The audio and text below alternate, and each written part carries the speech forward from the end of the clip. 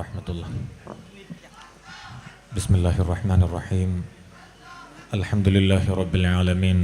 അസ്സലാത്തു വസ്സലാമു അലാ സയ്യിദിൽ മുർസലീൻ വഅലാ ആലിഹി വസ്വഹ്ബിഹി അജ്മഈൻ. അമ്മാ ബഅദ്. വേദിയിലെ വിശിഷ്ടരായ സാദാത്തുക്കൾ, പണ്ഡിതർ, നേതാക്കൾ, പ്രിയപ്പെട്ട പ്രതിഭകൾ,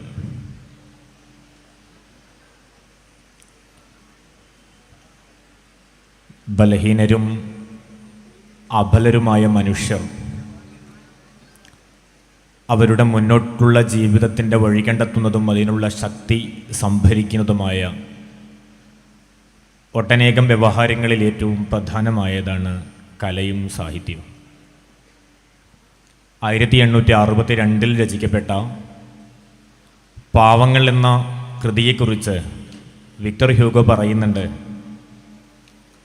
ദാരിദ്ര്യവും പ്രയാസവും പട്ടിണിയും എത്ര കാലം ഈ ലോകത്തുണ്ടാകുമോ അത്രയും കാലം എൻ്റെ ഈ രചനയുടെ മൂല്യമൊട്ടും കുറയാൻ പോകുന്നില്ല എന്ന്. അവനവനെ കണ്ടെത്താനുള്ള ഏറ്റവും പ്രധാനമായ വഴികളിൽ വിദ്യാർത്ഥികൾ നിർബന്ധമായും സ്വീകരിച്ചിരിക്കേണ്ട പ്രധാനപ്പെട്ട ഉപാധി അറിവാണ്, വായനയാണ്, പുസ്തകമാണ്. സാഹിത്യോത്സവങ്ങൾ ഓരോ വർഷവും സാഘോഷം കൊണ്ടാടപ്പെടുമ്പോൾ അതിൻ്റെ ആഘോഷങ്ങളിലും ആസ്വാദനങ്ങളിലും അല്ല SSF നിശ്ചയമായും താല്പര്യപ്പെടുന്നത്. വയനാട്ടിൽ ഉരുൾപൊട്ടലുണ്ടായി, നൂറുകണക്കിന് മനുഷ്യർ ഇപ്പോഴും കാണാമറയത്ത് കിടക്കുന്ന നേരത്താണോ നിങ്ങൾ ഈ സാഹിത്യോത്സവം സംഘടിപ്പിക്കുന്നത് എന്നൊരു ചോദ്യമുണ്ട്. 31 വർഷമായി SSF സാഹിത്യോത്സവം നടത്തിക്കൊണ്ടിരിക്കുന്നു. കലയും സാഹിത്യവും സർഗാത്മക പ്രവർത്തനങ്ങളും ഒക്കെ പുതിയ കാലത്തെ ജീവിതത്തിൻ്റെയും നമ്മുടെ രാഷ്ട്രീയ ഘടനയുടെയും സാമൂഹിക വ്യവസ്ഥയുടെയും ഒക്കെ ഏറ്റവും പ്രധാനപ്പെട്ട ഘടകമായി മാറിയ കാലത്തല്ല, 3 പതിറ്റാണ്ടുകൾക്കപ്പുറത്ത് 1990കളിൽ SSF സാഹിത്യോത്സവം തുടങ്ങി വെച്ചിട്ടുണ്ട്. സാഹിത്യ പ്രവർത്തനങ്ങളോടും കലാപരമായ വ്യവഹാരങ്ങളോടും സംഘടന കാണിക്കുന്ന കണിശതയും അതിൻ്റെ ഗൗരവവുമാണ് മൂല്യം ചോരാതെ 31 വർഷക്കാലം ഈ പ്രവർത്തനം ഇങ്ങനെ തുടർന്നു വരാൻ നമുക്ക് വഴിയൊരുക്കിയത് എന്നതൊരു യാഥാർത്ഥ്യമാണ്. ഞാൻ സൂചിപ്പിക്കുന്നത്, ജില്ലാ ഘടകത്തിലേക്ക് മത്സരം എത്തുമ്പോൾ, സാഹിത്യോത്സവം എത്തുമ്പോൾ LP, UP, high school, higher secondary, senior, junior, campus, 2 തരം ഗേൾസ്, ഇത്രയും 9 വിഭാഗങ്ങളിലായാണ് മത്സരങ്ങൾ ക്രമീകരിക്കപ്പെട്ടിരിക്കുന്നത്. ഗ്രാമതലങ്ങളിൽ KG സെക്ഷനിലുള്ള വിദ്യാർത്ഥികൾക്കുള്ള മത്സരങ്ങളുമുണ്ട്.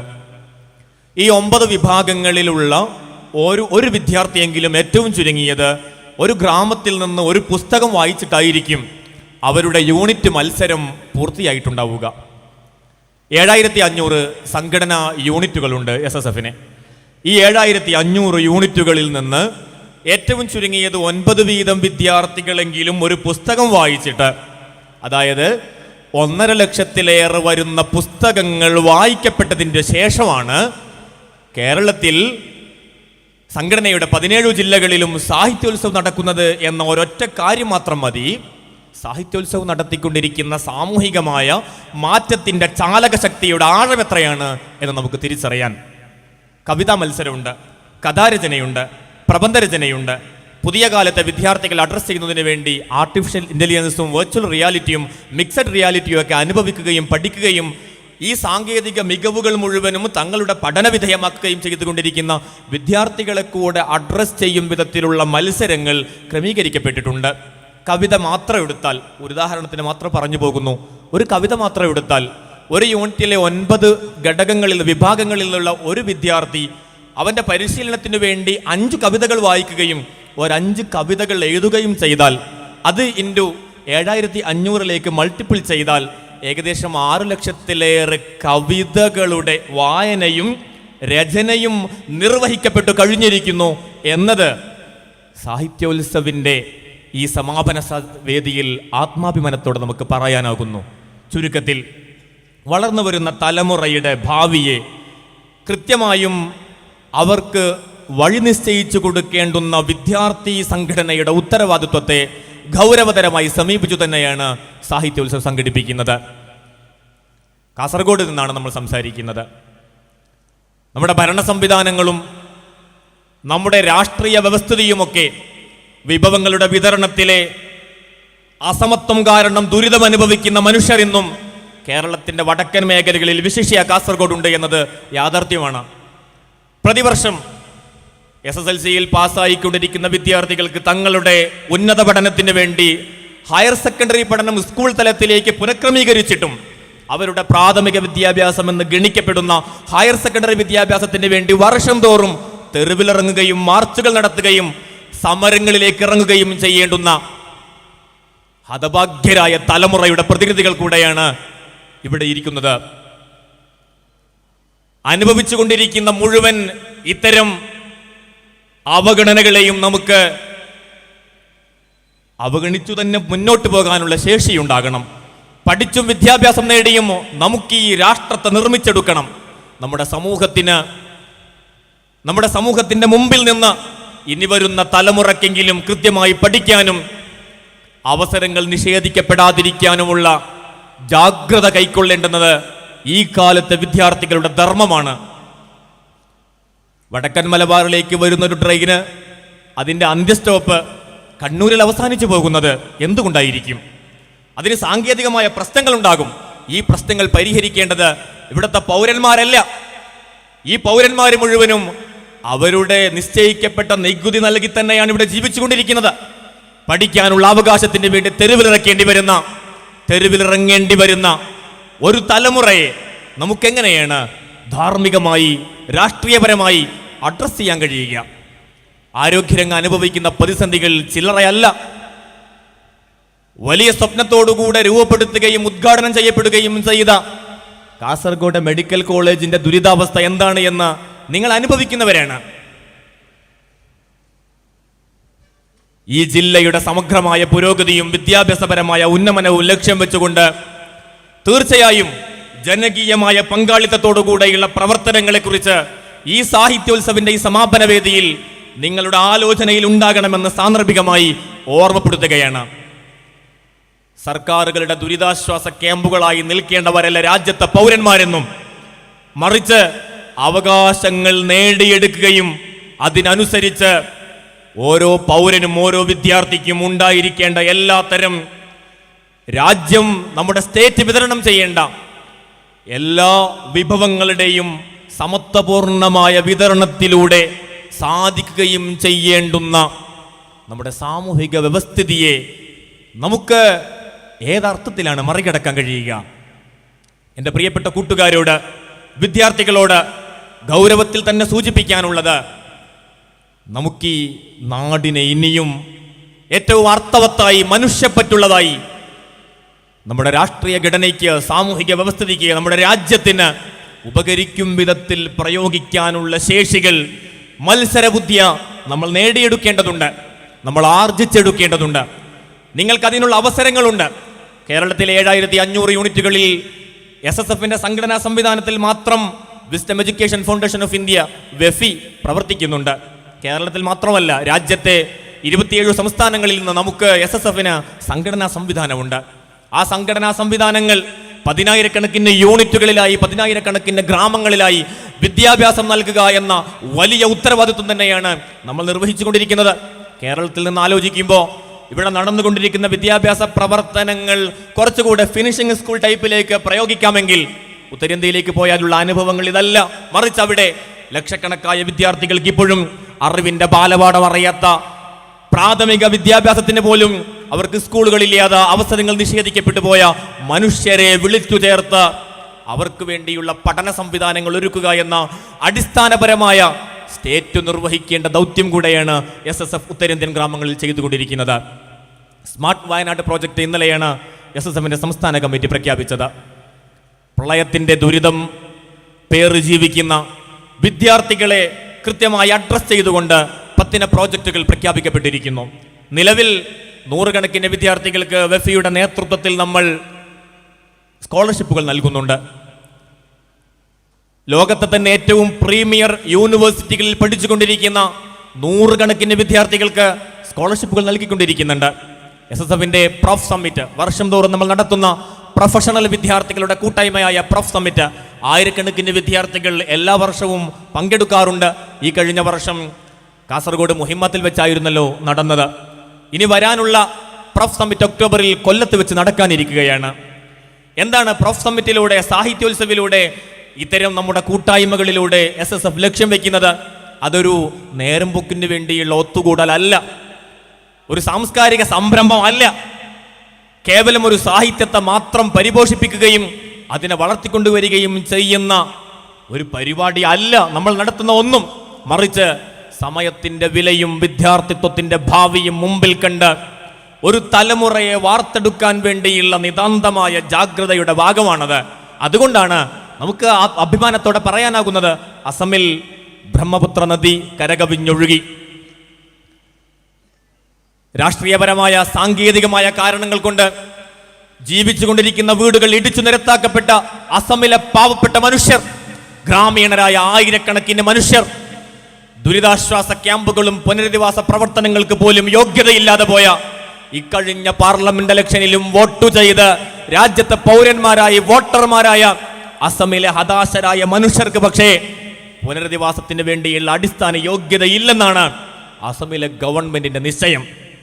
ആ ദുരിതക്കയത്തിലേക്കാണ് വീണ്ടും ബ്രഹ്മപുത്ര നദി പ്രളയമായി ഒഴുകിയെത്തിയത്. ആ അസമിലെ പാവപ്പെട്ട മനുഷ്യരിലേക്ക് നിരന്തരമായി ഇടപെടുകയും അവിടെ ജീവകാരുണ്യ പ്രവർത്തനങ്ങളും മെഡിക്കൽ ക്യാമ്പുകളും അടിസ്ഥാന വിദ്യാഭ്യാസത്തിന് വേണ്ടിയുള്ള എഡ്യു സെന്ററുകളും രൂപപ്പെടുത്തി നൂറുകണക്കിന് വിദ്യാർത്ഥികൾക്ക് ഇപ്പോഴും അറിവ് നൽകുകയും മുടങ്ങിപ്പോയ അവരുടെ പഠനം ഏറ്റെടുക്കുകയും ചെയ്ത് ലക്ഷക്കണക്കിന് രൂപ ചെലവഴിച്ച് മുന്നോട്ട് പോയിക്കൊണ്ടിരിക്കുന്നു SSFന്റെ നാഷണൽ കമ്മിറ്റി.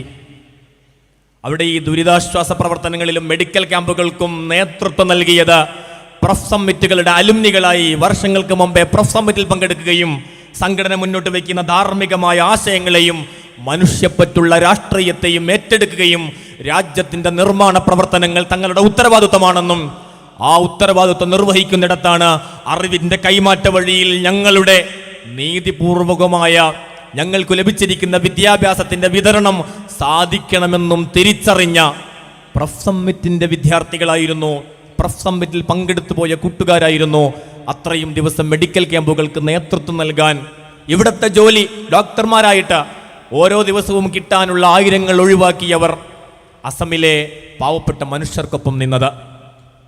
ഞാൻ സൂചിപ്പിക്കുന്നത്, ഒരു തലമുറയെ രൂപപ്പെടുത്തേണ്ട അനിവാര്യതയെ വിദ്യാർത്ഥി സംഘടനകൾ എങ്ങനെ സമീപിക്കണം എന്നതിൻ്റെ കൂടെ ഏറ്റവും തെളിച്ചമുള്ള മാർഗമായി SSF ഇവിടെ ഇടപെട്ടുകൊണ്ടിരിക്കുന്നു.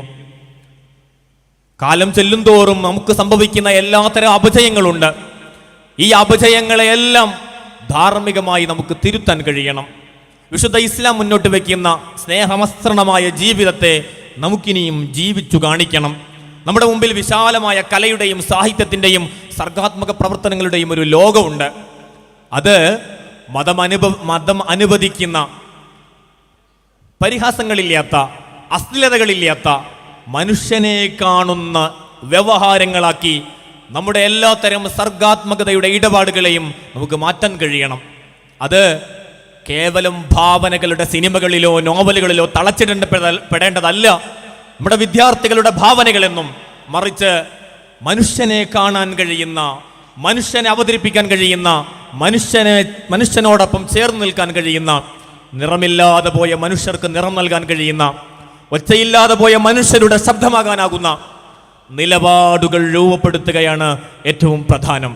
അതുകൊണ്ടാണ് എനിക്ക് എൻ്റെ പ്രിയപ്പെട്ട കൂട്ടുകാരോട് സൂചിപ്പിക്കാനുള്ളത്, സാഹിത്യോത്സവിലെ 5 or 6 ഘട്ടങ്ങളിൽ മത്സരിച്ച് വിജയികളായി, പ്രതിഭകളായി ജില്ലാ സാഹിത്യോത്സവിൽ മത്സരിക്കാനെത്തിയ പ്രിയപ്പെട്ട കൂട്ടുകാരെ, നിങ്ങൾ ഈ സാഹിത്യോത്സവ് കഴിഞ്ഞ് തിരിച്ചു പോകുമ്പോൾ നിങ്ങളോട് പറയാനുള്ളത്, നിങ്ങൾ വായിച്ചുകൊണ്ടിരിക്കുന്ന പുസ്തകവും നിങ്ങൾ എഴുതിക്കൊണ്ടിരുന്ന പ്രബന്ധവും നിങ്ങൾ നിറം നൽകിക്കൊണ്ടിരുന്ന ചിത്രങ്ങളും ഇന്നത്തോടെ മടക്കി വെച്ച് ഇനി അടുത്ത സാഹിത്യോത്സവന് പൊടിതട്ടിയെടുക്കേണ്ടതല്ല. ആ പുസ്തകങ്ങൾ വായിച്ചു തീർന്നെങ്കിൽ മറ്റൊരു പുസ്തകം കയ്യിലേക്ക് എടുക്കുക. ഓരോ പുസ്തകവും നമുക്ക് ഓരോ പുതിയ ലോകവും പുതിയ ജീവിതവുമാണ് തുറന്നു തരുന്നത്. ഓരോ പുസ്തകങ്ങൾ നമ്മുടെ കയ്യിലുണ്ടാകണം. ഒരു പുസ്തകം തീരുമ്പോൾ മറ്റൊരു പുസ്തകം. അത് മലയാളവും നോവലുകളും മാത്രമാകണമെന്നില്ല. നമുക്ക് ഏതെല്ലാം അർത്ഥത്തിൽ, ഏതെല്ലാം ഭാഷകളിൽ നിന്ന് നമുക്ക് ആശയങ്ങൾ സാംശീകരിക്കാനുണ്ടോ, എല്ലാ ഭാഷാതിർത്തികൾക്കും അപ്പുറത്ത് അറിവിന്റെ പരന്ന അന്വേഷണവും ഉയർന്ന ചിന്താശീലവുമുള്ള വിദ്യാർത്ഥികളായി നമുക്ക് മാറാൻ കഴിയാൻ വായന അനിവാര്യമാണ്. അറബികൾ വായിക്കണം, ഇംഗ്ലീഷ് വായിക്കണം, നമുക്ക് ലഭ്യമാകുന്ന പ്രാപ്യമാകുന്ന ഭാഷകൾ പഠിക്കണം. ഭാഷയുടെ ഒരു അതിരുകൊണ്ട് നമ്മുടെ അറിവന്വേഷണം വഴിമുട്ടിപ്പോകാതിരിക്കാനുള്ള ജാഗ്രത നമുക്കുണ്ടാകണം. പല ഭാഷകളിൽ വായിക്കുക, നിരന്തരമായി വായിക്കുക, നിരന്തരമായി അന്വേഷിക്കുക. ഈ അന്വേഷണത്തിൽ നിന്ന് മുഴുവൻ സമയവും പഠിക്കുകയും വിദ്യാഭ്യാസം നേടുകയും അത് നമ്മുടെ മതത്തിനും സമൂഹത്തിനും രാജ്യത്തിനും ഉപകരിക്കും വിധത്തിൽ അതിനെ പ്രയോഗിക്കുകയും ചെയ്യുക. ബഹുമാനപ്പെട്ട ലോക പ്രശസ്ത പണ്ഡിതനായിരുന്ന ഇമാം ബുഖാരി റളിയല്ലാഹു അൻഹുവിന്റെ ഉസ്താദ് കൂടെയായിരുന്ന ഉബൈദത്ത് ബിൻ ഐഷ് റളിയല്ലാഹു അൻഹു പറയുന്നുണ്ട്, 30 വർഷത്തോളം കാലം ഞാൻ രാത്രിയിൽ എൻ്റെ കൈകൊണ്ട് ഭക്ഷണം കഴിച്ചിരുന്നില്ല. രാത്രിയിൽ എൻ്റെ പണി അത് ഗ്രന്ഥരചനയാണ്, കിതാബുകൾ എഴുതിക്കൊണ്ടിരിക്കുകയാണ്. ഈ ഗ്രന്ഥരചനയുടെ ഇടയിൽ ഞാൻ എൻ്റെ കൈ ഭക്ഷണം കഴിക്കാൻ വേണ്ടി ഉപയോഗിക്കാറില്ല.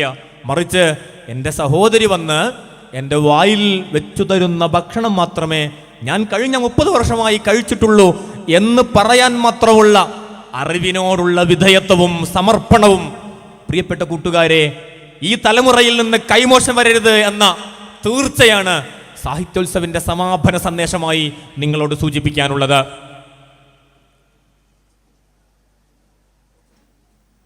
വിശുദ്ധ മതത്തിന്റെ ആത്മസത്തയെ ഏറ്റവും മനോഹരമായി ലോകത്തിന്റെ മുമ്പിൽ പ്രകാശിപ്പിക്കാൻ നിങ്ങളുടെ കയ്യിൽ എന്തുണ്ട്?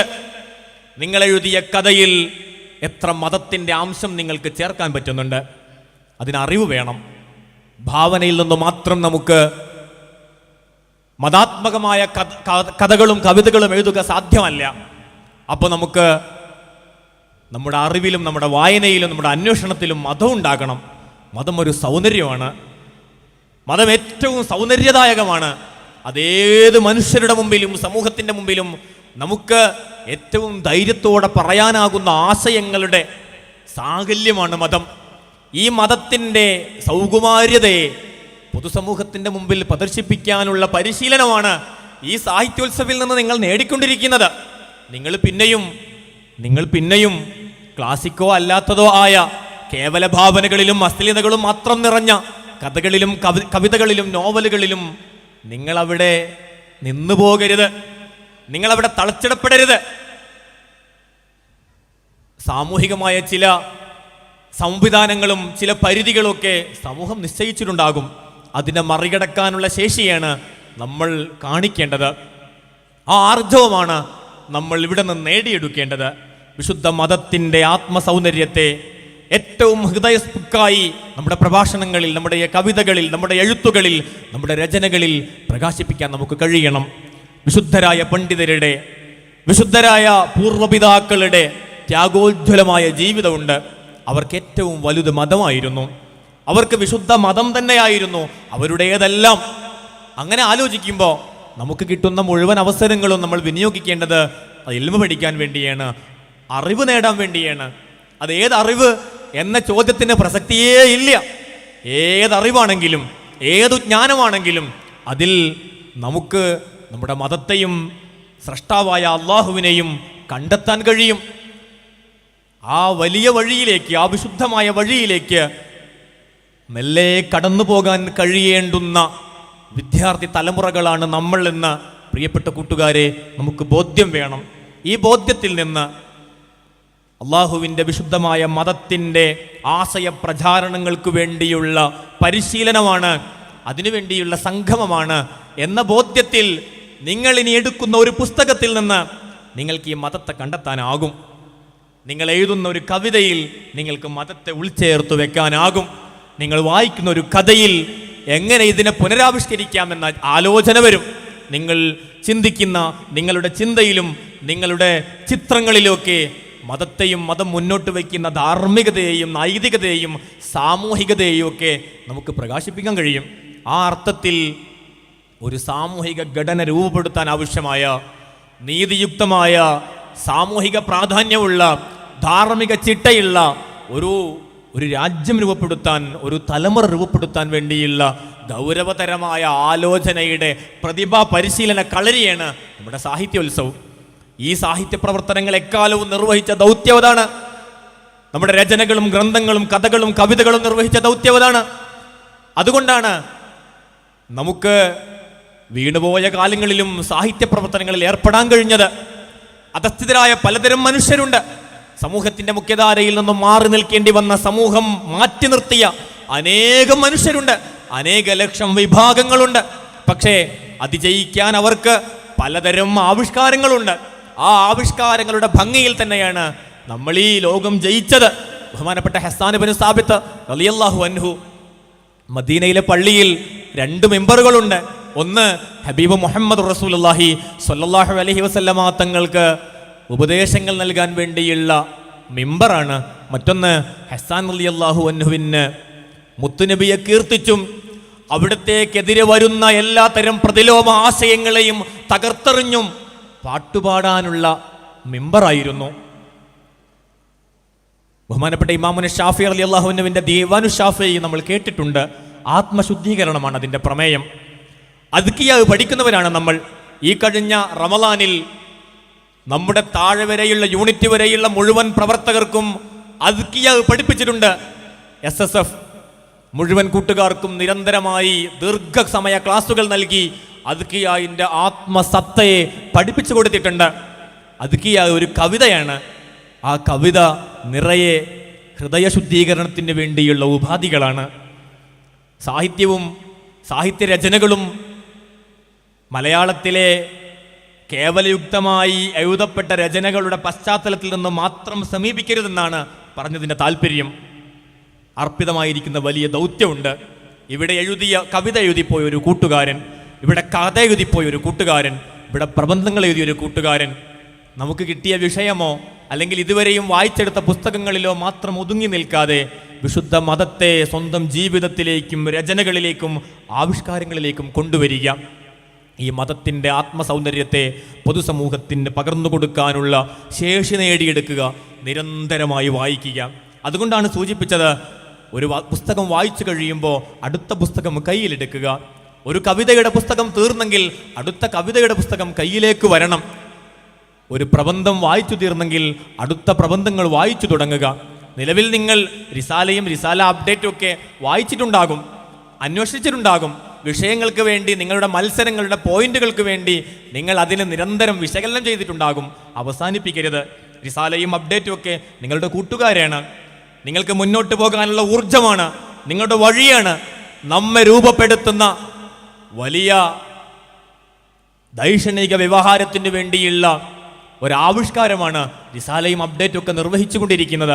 പ്രിയപ്പെട്ട പുതിയ തലമുറയിലെ കൂട്ടുകാരെ, SSFകാരെ, ലോകം അറിയണം. നമ്മൾ ലോകത്തെക്കുറിച്ച് അറിയണം. ലോകത്തിൻ്റെ നോവുകൾ നമ്മുടെ നോവാകണം. ലോകത്തിൻ്റെ കാഴ്ചകൾ നമ്മുടെ കാഴ്ചപ്പാടുകളായി രൂപപ്പെടണം. ലോകത്തുണ്ടാകുന്ന മാറ്റങ്ങളും ചിന്തകളും ഒക്കെ നമ്മുടെ ചിന്തകളിൽ സ്വാധീനം ചെലുത്തണം. ഈ ലോകത്തോട് സംവദിക്കാനും സമൂഹത്തിൻ്റെ മുമ്പിൽ പോയി നിൽക്കാനുമുള്ള യോഗ്യതയുണ്ടാകണം. അതിന് അറിവ്, വിദ്യാഭ്യാസം നമ്മുടെ ശേഷിയായി, കരുത്തായി, ടൂളായി നമ്മുടെ കൂടെയുണ്ടാകണം. ആ ജാഗ്രതയാണ് സാഹിത്യോത്സവിൽ പങ്കെടുത്ത മുഴുവൻ കൂട്ടുകാർക്കും ഉണ്ടാകേണ്ടത്. എങ്കിൽ നിങ്ങൾ ആലോചിക്കുക, കേരളത്തിലെ 7500 യൂണിറ്റുകളിൽ നിന്ന് 6 ലക്ഷം വിദ്യാർത്ഥികൾ ഏറ്റവും ചുരുങ്ങിയത് ഈ വർഷവും സാഹിത്യോത്സവിൽ കയറി ഇറങ്ങിപ്പോയിട്ടുണ്ട്. സംഘടനയുടെ മെമ്പർഷിപ്പ് 3 ലക്ഷം മാത്രമാണ്. അതിൻ്റെ ഇരട്ടിയോളം അംഗങ്ങൾ സാഹിത്യോത്സവിൻ്റെ വിവിധ വേദികളിൽ സംഘടനയെ അറിയുകയും സംഘടന മുന്നോട്ട് വയ്ക്കുന്ന ഈ ധാർമ്മിക ആശയങ്ങൾ മനസ്സിലാക്കുകയും ചെയ്ത് നമ്മൾ മുന്നോട്ട് വയ്ക്കുന്ന ഈ സാമൂഹിക ഘടനയെക്കുറിച്ച് ബോധ്യമുള്ളവരായി തിരിഞ്ഞു പോയിട്ടുണ്ടെങ്കിൽ ഈ കാണുന്ന ഒരു 6 ലക്ഷം വിദ്യാർത്ഥികളുടെ പ്രവർത്തനങ്ങളും അവരുടെ മുന്നോട്ടുള്ള ജീവിതവും ഈ അർത്ഥത്തിൽ ക്രമീകരിക്കപ്പെടുന്നെങ്കിൽ സാഹിത്യോത്സവം എത്ര സാർത്ഥകമാണ്. 31 വർഷക്കാലം വെറുതെ ആയിരിക്കില്ല. സാഹിത്യോത്സവം ഇത്ര കണ്ട് ആഘോഷിക്കപ്പെടുകയും ഏറ്റെടുക്കപ്പെടുകയും നമ്മുടെ പ്രസ്ഥാനം ഒന്നാകെ അതിനുവേണ്ടി സമയവും സമ്പത്തും ഊർജവും വ്യയം ചെയ്യുകയും ചെയ്തിട്ടുണ്ടാവുക. അതിൻ്റെ റിസൾട്ട് കൃത്യമാണ്. രൂപപ്പെടുത്തുന്ന ആശയങ്ങൾ മനോഹരമാണ്. രൂപപ്പെട്ടു വരുന്ന വിദ്യാർത്ഥികൾ അതൊരു തലമുറയുടെ പ്രതിനിധാനങ്ങളാണ്. ആ അർത്ഥത്തിൽ ഇനിയും നമുക്ക് ജയിക്കണം. ഇനിയും നമുക്ക് മുന്നോട്ട് പോകണം. നമ്മുടെ സമൂഹത്തിൻ്റെ അധസ്ഥിതികളെ മുഴുവനും മാറ്റിയെടുത്ത ഏറ്റവും പുരോഗമനപരമായ ആശയങ്ങളും വികാസവും വളർച്ചയും ഉണ്ടാകണം. അങ്ങനെ സാമൂഹിക ഘടനയിലും സാംസ്കാരികമായ വിനിമയത്തിലും രാഷ്ട്രീയപരമായ നമ്മുടെ എല്ലാത്തരം ഇടപെടലുകളിലും മനുഷ്യരുണ്ടാവുക, സ്നേഹമാവുക, കാരുണ്യത്തോടുകൂടി ഇടപെടുക. ആ ഇടപെടാനുള്ള പ്രചോദനങ്ങളായി സാഹിത്യ സർഗാത്മക പ്രവർത്തനങ്ങൾ മാറുന്നത് കൊണ്ടുകൂടെയാണ് ഉരുൾപൊട്ടലിൻ്റെ വേദനയിൽ കഴിയുമ്പോഴും സാഹിത്യോത്സവങ്ങൾ നമ്മൾ നീട്ടിവെക്കാതിരിക്കുന്നത്.